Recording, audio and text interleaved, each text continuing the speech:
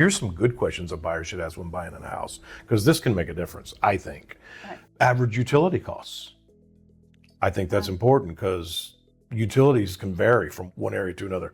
Like, for example, in my house, we have a mud tax, and it's a pretty expensive mud tax. I mean, everything's attached to it, like garbage and water and all that, but it was more expensive than I realized. So that is something when we were talking about the new construction and helping buyers understand all of that. A lot of these new construction neighborhoods have municipal utility district, the mud tax onto that. Yeah. And it's their way of getting the money for the infrastructure to build Correct. that neighborhood.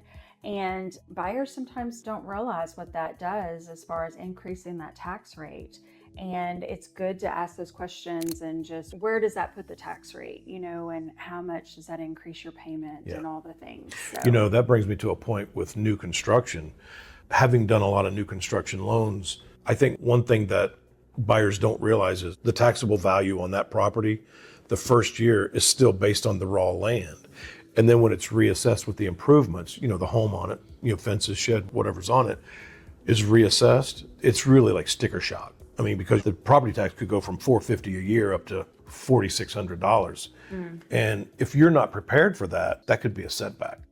So then when they're going through the loan process, do you look at that and calculate that in and let them know, like, this is what it could potentially be later on down the road once the proper tax is assessed to it? Do you give them those numbers? Yes, we always try to estimate that, because the last thing I want to do is put a buyer in a home for X amount of dollars a month, and then the very next year, their mortgage payment's gone up $650 because the taxes increased. Right. There's a few ways we do that. We have some internal calculations that we can do.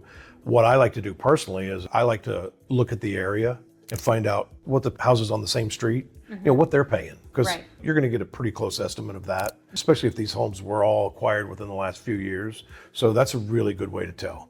Yeah. And it's not fun when buyers get a sticker shock like that. Yeah. Very true.